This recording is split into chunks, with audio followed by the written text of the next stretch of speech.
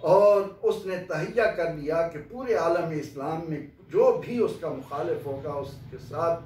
سختی سے نپٹا جائے گا، اس کو راستے سے ہٹایا جائے گا۔ اسی کوشش میں امام عالی مقام دمشق چھوڑ کر مدینہ منورہ آئے۔ مدینہ منورہ میں جب یزید کو علم ہوا، اس نے کوشش کی اور یہاں تک حکم ہو گیا کہ بیعت کرواؤ، اگر بیعت نہ کریں تو ان کا سر کاٹ کر بھیج دو۔ امام عالی مقام مدینہ منورہ میں نبی رحمت صلی اللہ علیہ وسلم اور اپنی والدہ ماجدہ کی قبر انور پر، روضہ اطہر پر سلام پیش کرنے کے بعد ان سے وداع ہو جاتے۔ مکہ مکرمہ میں قیام کے دوران جب اہل کوفہ جو ایک وقت میں مولا کائنات پر کفر کا فتویٰ لگا چکے تھے، وہ اہل کوفہ جنہوں نے امام حسن علیہ السلام پر کفر کا فتویٰ لگایا تھا اور ان کے ساتھ ان کی بے وفائی تمام دنیا پر عیاں تھی، ان لوگوں نے امام عالی مقام کو اپنے دام تزویر میں پھنسانے کے لیے ان کے پاس خطوط بھیجے، اور خطوط بھی چند نہیں، بورے بھرے جاتے ہیں، قاصد بھیجے، وفود بھیجے، اور جب ان لوگوں کی طرف سے یہ صدا امام عالی مقام کے کان میں پہنچی کہ اگر آپ نے ہماری التجا پر ہماری قیادت کرنا قبول نہ کی تو کل قیامت کے دن ہم اللہ کے حضور سرخرو ہوں گے اور ہم یہ کہہ دیں گے کہ اے اللہ، ہم نے تو تیرے محبوب علیہ السلام کے نواسے، وہ نواسے جنہیں پیغمبر علیہ السلام کے دوش پر سواری کا شرف حاصل، جو سجدے کی حالت میں آ کر آپ کی پشت مبارک بیٹھے ہیں، پشت مبارک پر سوار ہوں، تو امام الانبیاء کا سجدہ طویل ہو جائے۔ انہیں جب یہ دعوت دی اور اس انداز سے انہیں مجبور کیا تو آپ نے اپنا نمائندہ مسلم بن عقیل بھیجا۔ ان کی طرف سے مثبت جواب آئے تو آپ نے تہیہ کر لیا، اور آپ کے وہ مخلص ساتھی جو مکہ مکرمہ میں آپ کے ساتھ تھے، جن میں عبداللہ بن عباس، عبداللہ بن زبیر، عبداللہ بن عمر، کیا کیا نفوس قدسیہ انہوں نے آپ کو یاد دلایا کہ کوفی لا یوفی، ان کی باتوں پر نہ جائیں،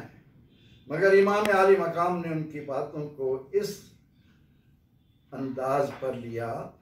کہ میں اگر نہ گیا تو مجھے بتائیے کل قیامت کے دن میں اللہ کے حضور کیا جواب دوں گا۔ آخر کار آپ آئے، آپ کو راستے میں اطلاع بھی ملی کہ مسلم بن عقیل شہید کر دیے گئے اور کوفیوں کے دل یزیدیوں کے بجائے آپ کے ساتھ ہیں، مگر ان کی تلواریں یزید کے ساتھ ہیں۔ لیکن ان تمام تر باتوں کے باوجود آپ نے اس بات کو مد نظر رکھ کر کہ میں حجت پوری کروں گا تاکہ قیامت تک کوئی حق کے لیے کام کرنے والا یہ نہ کہے کہ وہ ڈر گئے تھے، انہوں نے اپنی جان بچائی یا اپنے بچوں کی جان بچانے کے لیے انہوں نے راستہ ہی بدل لیا، واپس مڑ گئے۔ امام عالی مقام آگے گئے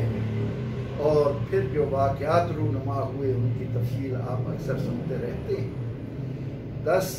یوم عاشور قیامت تک آنے والے کے لیے ایک فیصلے کے دن کے طور پر ہمیں دعوت دے رہا ہے کہ اگر مومن ہونے کے مدعی ہو تو آؤ، امام عالی مقام کے دامن سے وابستہ ہو جاؤ، اہل بیت اطہار کی محبت کو ایمان کی روح جانو اور ان کے نقش قدم پر چلتے ہوئے اپنے آپ کو، اپنی جانوں کو، یعنی اپنے اولاد کو، اپنے وطن کو، ہر چیز کو آپ پر قربان کرنے کے لیے تیار رہو، ورنہ تمہارا یہ دعویٰ ایمانی اگر کسی طرح بھی تمہاری زبانوں سے ان نفوس قدسیہ کے متعلق کیا شان ہے اہل بیت اطہار کی، گھوڑوں کے پاؤں تلے ان کی لاشیں روندی جا رہی ہیں، ان کے سروں کو نیزوں پر رکھ کر کوفے کے بازاروں میں گھمایا جا رہا ہے اور امام عالی مقام کا سر نیزے پر ہوتے ہوئے دنیا کو قرآن پاک کی تلاوت سنا رہا ہے، تو آئیے اس دن کو سامنے رکھتے ہوئے ہم عہد کریں کہ اگر دنیا میں عزت و وقار کے ساتھ ہم نے رہنا ہے تو امام عالی مقام کا صرف محب ہی نہیں بننا ہوگا، ان کے طریقے پر چلنا ہوگا۔ صرف یہ راہ ہی آج امت مسلمہ کو متحد بھی کر سکتی ہے اور انہیں ترقی کی راہوں پر بھی گامزن کر سکتی ہے۔ اللہ تعالی ہمیں ان حقائق کو سمجھنے کی توفیق عطا فرمائے، آمین۔ وآخر دعوانا ان الحمد للہ رب العالمین۔